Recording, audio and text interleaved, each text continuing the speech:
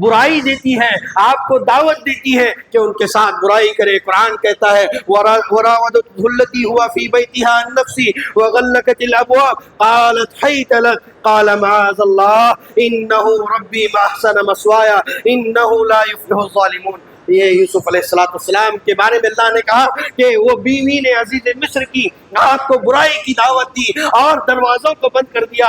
کوئی موقع ایسا نہیں تھا کہ آپ کو اس چیز سے روک دے، لیکن اللہ تبارک و تعالیٰ کا خوف، اللہ کی خشیت، تقوی اور طہارت نے آپ کو اس برائی سے روکے رکھا۔ عزیز مصر کی بیوی ہے، حسین ہے، جمیل ہے، آپ بھی حسین ہے، جمیل ہے، جوان ہے، ساری چیزیں میسر ہے، اس کے باوجود کہتے ہیں کہ حیت لک قال معاذ اللہ، میں اللہ کی پناہ چاہتا ہوں اس کام سے۔ اور کہتے ہیں کہ کافروں کو اللہ کامیاب نہیں کرتا، میں غلط کام نہیں کرتا، یہاں تک کہ اللہ تبارک و تعالیٰ نے آپ کے لیے نشانیاں نازل کی اور آپ نے اللہ کی نشانیوں کو دیکھ لیا اور بھاگنے لگے، یہاں تک کہ آپ بھاگتے بھاگتے جب دروازے پر پہنچتے ہیں تو عزیز مصر کو پاتے ہیں۔ عزیز مصر کھڑا تھا، بیوی بھی دوڑی دوڑی آتی اور کہتی ہے کہ اے عزیز مصر، اس غلام کے ساتھ ایسا کوئی سلوک کیا جائے جو آپ کی بیوی پر بری نظر ڈالتا ہے، حالانکہ اس نے بری نظر ڈالی تھی، اس نے غلط ارادہ کیا تھا، لیکن جب پکڑی گئی تو کہا اے عزیز اس کے لیے کوئی عذاب علیم تیار کیا جائے یا اسے جیل میں قید کر دیا جائے۔ اللہ اکبر۔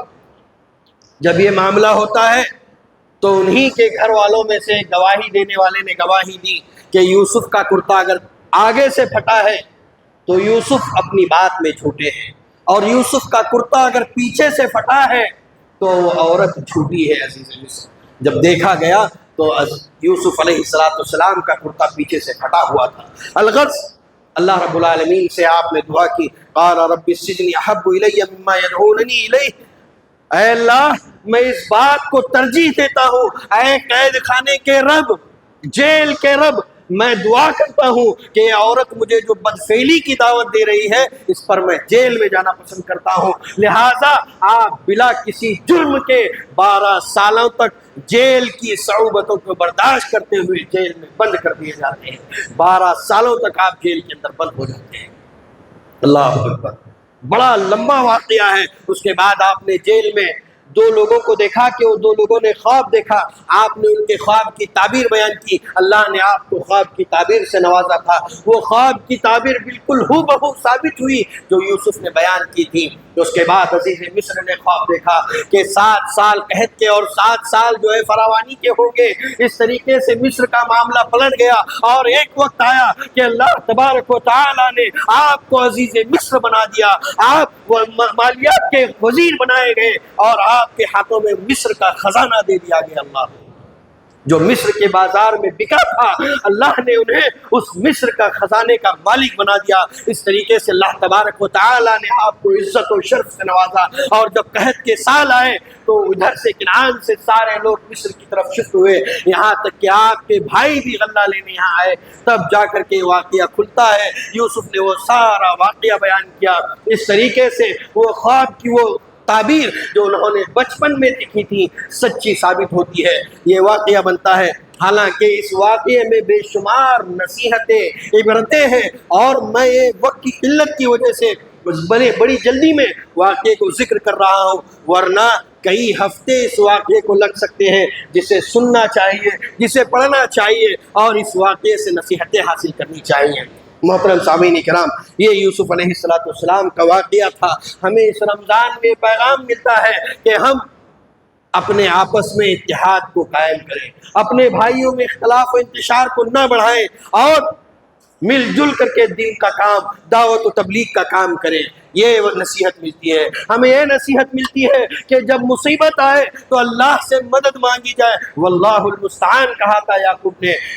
اسی طریقے سے ہمیں بھی اللہ سے مدد طلب کرنی چاہیے، اور ہمیں یہ بھی نصیحت ملتی ہے کہ بڑے سے بڑی مصیبت پر صبر کرنا چاہیے۔ ہمیں یہ بھی نصیحت ملتی ہے کہ تمام حالات سازگار ہونے کے باوجود بھی ہم اپنے آپ کو برائیوں سے روک لیں، ہم اپنے آپ کو غلط کاموں سے روک لیں اور برائیوں سے بچے رہیں، یہ ہمیں اس واقعے سے نصیحت ملتی ہے۔ آخر میں رب العالمین سے دعا ہے کہ اللہ تبارک و تعالی ہمیں کہنے اور سننے سے زیادہ عمل کی توفیق عطا فرمائے۔ اللہ رب العالمین ہماری ان نمازوں کو، روزوں کو، عبادات کو قبول فرمائے۔ رب العالمین جب تک ہمیں اس دنیا میں زندہ رکھے، ایمان اور اسلام کی حالت میں زندہ رکھے، جب ہمارا خاتمہ ہو تو ایمان اور اسلام کی حالت میں خاتمہ ہو۔ آمین۔ والسلام علیکم ورحمۃ اللہ وبرکاتہ۔